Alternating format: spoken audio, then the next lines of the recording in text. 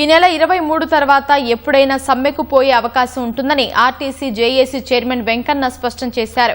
Hyderabad RTC cross రోడ్లోని కార్మిక శాఖ కార్యాలయంలో లేబర్ డిపార్ట్మెంట్ అధికారులతో ఆర్టీసీ జేఏసీ నేతలు సమావేశం అయ్యారు. సమావేశానికి ఆర్టీసీ అధికారులు రాకపోవడంతో సమ్మెపై పూర్తి స్థాయిలో చర్చ జరగలేదని జేఏసీ నేతలు తెలిపారు. ఈ నెల 13న మరోసారి లేబర్ కమిషనర్ ఆర్టీసీ యాజమాన్యంతో చర్చలు ఉంటాయన్నారు. ఆ తర్వాత సమ్మెపై పూర్తి స్పష్టత వస్తుందని జేఏసీ నేతలు పేర్కొన్నారు.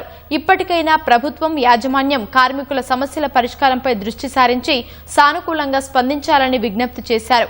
ఇప్పటికే కార్మిక శాఖకు తమ యాజమాన్యానికి సమ్మె నోటీసు ఇచ్చామని 42 రోజుల తర్వాత అంటే ఏప్రిల్ 23 తర్వాత ఎప్పుడైనా తాము సమ్మెకు పోయే అవకాశం ఉందని జేఏసీ నేతలు పేర్కొన్నారు.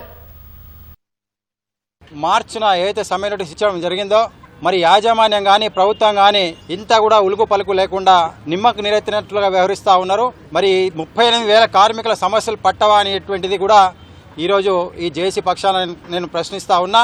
దయచేసి చాలా మంది కార్మికులు ఇబ్బందికి గురవుతా ఉన్నారు. మరి వర్క్ లోడ్ పెరిగిపోతా ఉన్నది, ఉద్యోగ భద్రత లేకుండా పోతా ఉన్నది. మరి ఎలక్ట్రిక్ బస్సుల పేరు మీద ఏదైతే వేరే జిల్లాలకు బదిలీ చేయడం జరుగుతూ ఉన్నది. మరి ఆర్థికమైన పరిస్థితులు ఉన్నాయి. మరి వీటన్నిటినీ మరి పరిష్కరించాలి.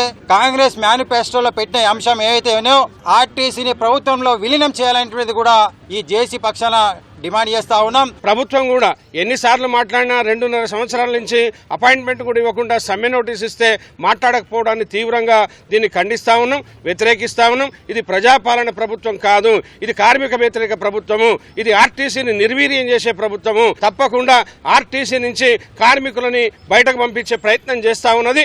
కాంగ్రెస్ ప్రభుత్వం అధికారంలోకి వచ్చిన తర్వాత మాకు ఇచ్చినటువంటి హామీలనే ఎన్నికల మేనిఫెస్టోలో కాంగ్రెస్ ప్రభుత్వం ఏదైతే పెట్టిందో ఆ ఎన్నికల మేనిఫెస్టోలో పెట్టినటువంటి ఐటమ్స్నే ఈ రోజు వాళ్ళు ప్రభుత్వంలో ఆర్టీసీ ఉద్యోగులను విలీనం చేస్తామన్నారు. ఆ విలీనాన్ని చేయమని అడుగుతున్నాం.